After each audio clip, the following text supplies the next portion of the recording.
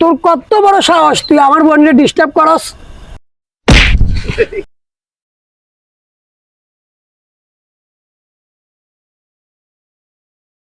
তোর বোনের ডিস্টার্ব করে না, ভালো লাগে তাই প্রেমের অফার দিছি। তুই বুঝলে যাইস কই না, তোরে আমি বন্ধু বানাইছি।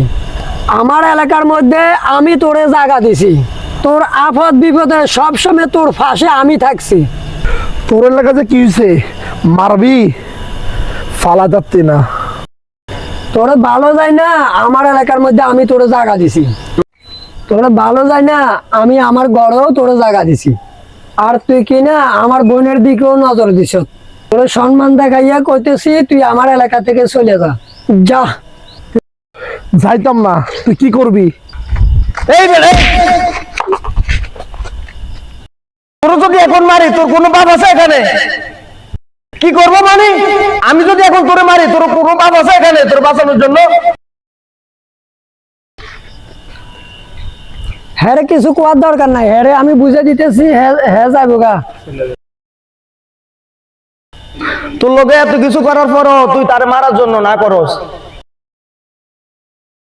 এত চরম লেভেলের একটা বেয়াদব পোলা এতদিন তোর লগে চলছে বলে আমি এর কিছু বলিনি।